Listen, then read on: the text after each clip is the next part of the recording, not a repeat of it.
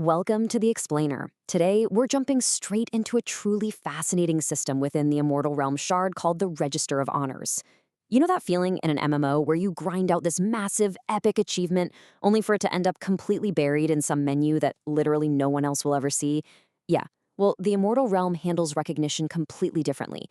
They've actually built an entire social layer dedicated to taking those hard-earned accomplishments and turning them into a highly visible civic identity.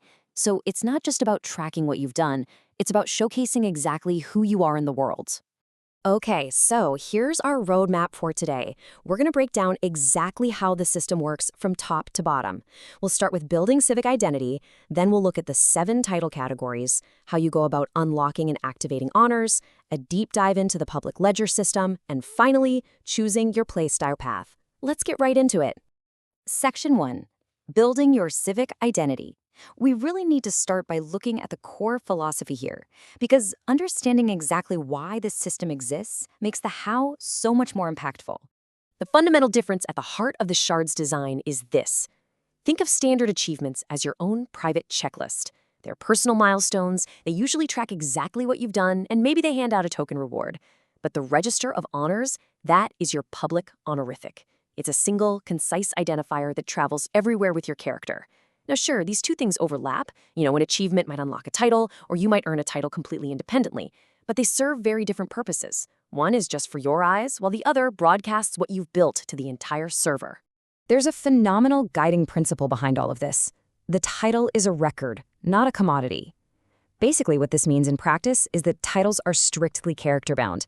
They are totally untradeable, there's absolutely no marketplace for them, you can't just gift one to your buddy, and there is zero path to acquiring a title without putting in the actual hard work. It completely shuts the door on pay-to-win mechanics. When you see a specific title floating above someone, you know for an absolute fact they earned it. Section 2. The 7 title categories. Let's move on and see how this all builds into a highly structured, readable system. Because let's face it, when you have dozens of possible titles, keeping them organized is absolutely crucial. The system uses functional categories to keep your ledger perfectly organized. So you've got collection for your gatherers, giving you titles like the River Keeper or the Beast Binder. You've got quests for those deep narrative arcs like the Investigator of Britannia. Combat is for your damage and kills. That's where you get the Slayer. And then you have loyalty, exploration, and royal. Notice how these categories just keep everything perfectly clean. And a quick note here, this categorizing is purely functional. A hardcore combat player can absolutely still hold titles in collection or loyalty. The categories don't restrict your playstyle at all. They just keep your accomplishments beautifully sorted.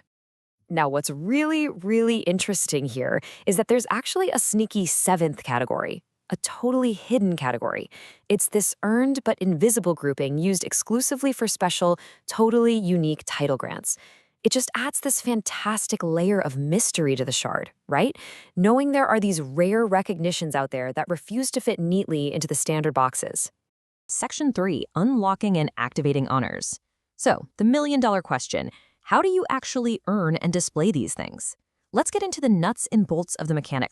Well, every single title is attached to a specific trigger, and a trigger is simply an in-game event. Catch all 60 frogs for the Slippery Fingers achievement? Boom. You unlock the Slippery. Complete 25 lawful rip pursuits, you get the Hunter. Rack up 100 monster kills, you've earned the Slayer. Now, some of these titles are awarded silently the exact second you cross that threshold, while others might pop up a small gump asking you to explicitly accept them. But the end result is always the same. A brand new entry gets added to your unlocked list. Once you've actually unlocked a title, activating it is completely free, and it happens instantly. You just follow these super quick steps. First, type the command bracket honors in-game, or just interact with the register ledger in PC. Second, the register opens up with all those category tabs we just talked about, so you simply switch to the one you want. Third, click the title to set it active. And that's it. Your new identity is immediately broadcast to the realm right there on your nameplate. And by the way, these titles persist across server restarts, so you never have to worry about them decaying or expiring. But, and this is a big but, you really have to remember this deliberately strict rule that governs the whole shebang. You can hold as many unlocked titles as you want, but you can only ever have exactly one active title at a time. Just one.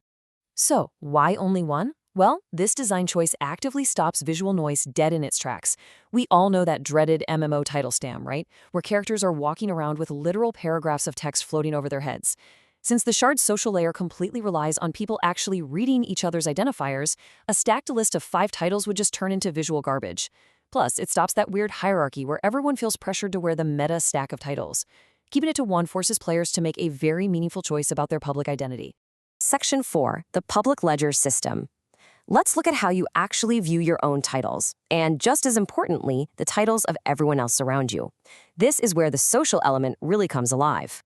When you pull up the register's GUMP, you get this incredibly detailed per-character view. It basically acts as an open catalog of all the recognition the shard has to offer. Right up top, the active title is highlighted. From there, you can use the category tabs to scan through everything, and for every single title, you'll see its display label, the exact source text explaining what unlocked it, and a really rich description. It is literally a comprehensive dossier of a character's entire history. But honestly, here's perhaps the most clever part of the entire ledger. All the locked titles in those categories are visible to you. They're just grayed out. So instead of acting like some private trophy case locked away in a dark room, those grayed-out titles create a fantastic roadmap of what's possible. For new players, this is just an absolute game changer. You can browse through the ledger, spot a really cool title, read exactly what epic accomplishment it represents, and boom, you immediately have a new goal to tackle. Section 5, choosing your playstyle path. To wrap things up today, let's talk about how you can practically engage with this system the next time you log in, because the Register of Honors is seamlessly woven into pretty much every single system in the game. The real beauty here is how the system completely adapts to your personal playstyle. If you're a casual player, just play naturally. Titles are going to arrive when they arrive, and before you know it, you'll have a handful to swap between that fit your vibe. Now, if you're more driven, take a focused approach. Use that grayed out lock view to actively hunt down specific titles. Like if you want to be known as the Cultivar Keeper, you know you've got to head over and finish the 12 Cultivar Arc in the Living Herbarium. Want the Curator of the Drowned? Time to hit the Sunken Archives expedition. Or you can take a highly civic approach. Pursuing order-aligned titles actually signals your institutional role on the server. I mean, think about it. A surgeon wearing an official order-aligned title presents a completely different public face than one walking around calling themselves the Slayer. And that's, right there, is the true power of the Register of Honors. It takes all these totally different streams of gameplay, from your achievements and collections to murder investigations and civic orders, and converges them into a single, highly meaningful customization layer for your identity. Which leaves us with this exciting thought. With all these interconnected paths to glory, when you step into the Immortal Realm, what will your one public identifier say about you?